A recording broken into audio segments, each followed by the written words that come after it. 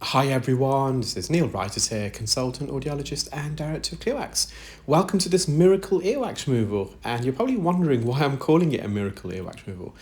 The reason is that this patient, prior to attending to see myself, visited a well-known national hearing company who are notoriously training lay people to perform earwax removal. And this patient noticed a blockage in their ear. And so they arranged an appointment at this national hearing company, only to be told that their ear is completely clear. And they had the privilege of also paying a small fee to being told that. This patient knew, though, they had something in their ear. They could just feel it, they've sensed it, they've had a build-up before, so they booked him with myself. And it was quite shocking to see how much wax, I would actually say this is dead skin, is in this patient's ear, and how someone can examine this ear and tell them that everything's clear. So we shared a copy of the video with the patient.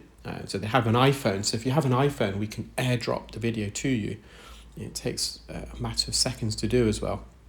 And they're going to go back and hopefully get their money back. So this patient suffers from otitis externa. Otitis externa is an umbrella term given to an infection or inflammation of the outer ear.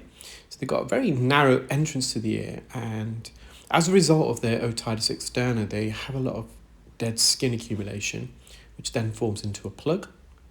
So I've just put some oil in here just to help bind this soft, mushy skin. It was difficult to suction because of the consistency, and therefore the oil helps to coagulate and bind it together. And I'm just giving it these little wriggle movements, trying to separate it from the canal wall. You can see a bit of dead skin that I suctioned away there. Now, entrance of the ear is also quite hairy, so it's both narrow and hairy, which can make it a bit more tricky, but I think I'm going to come out in a moment just to wipe the lens. We've got quite a slit ear canal.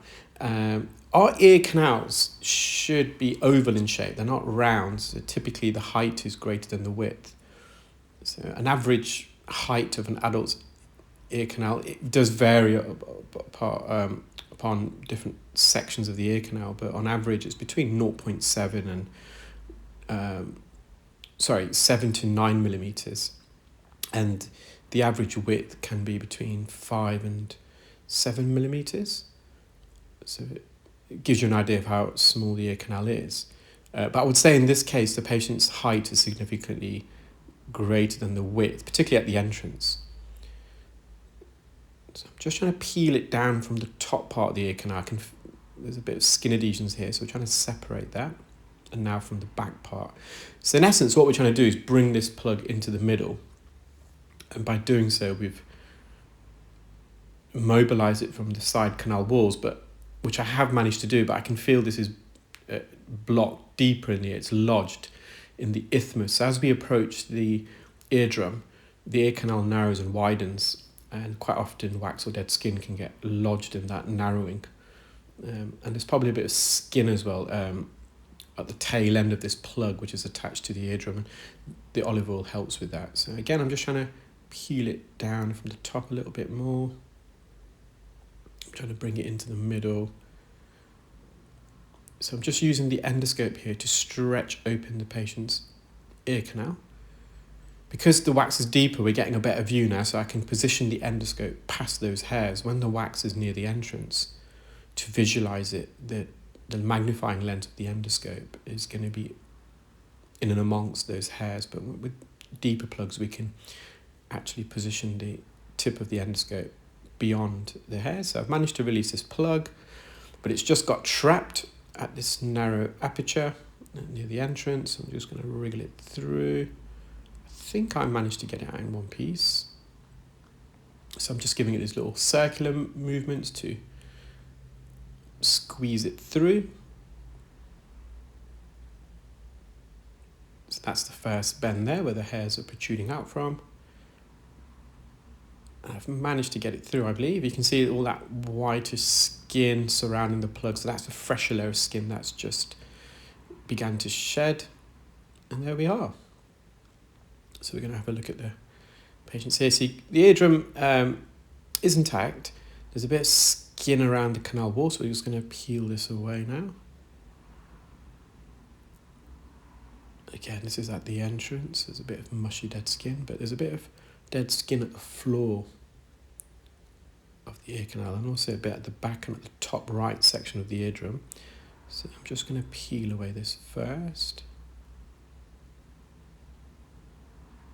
Now there's a bit of skin left on the eardrum. We left that.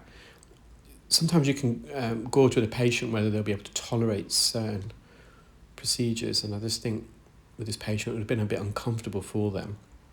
So I've left that bit top left because that's directly on the eardrum. And then I think I managed to get the top right section out, which you'll see. There's just a bit of skin left behind on the anterior canal wall near the entrance.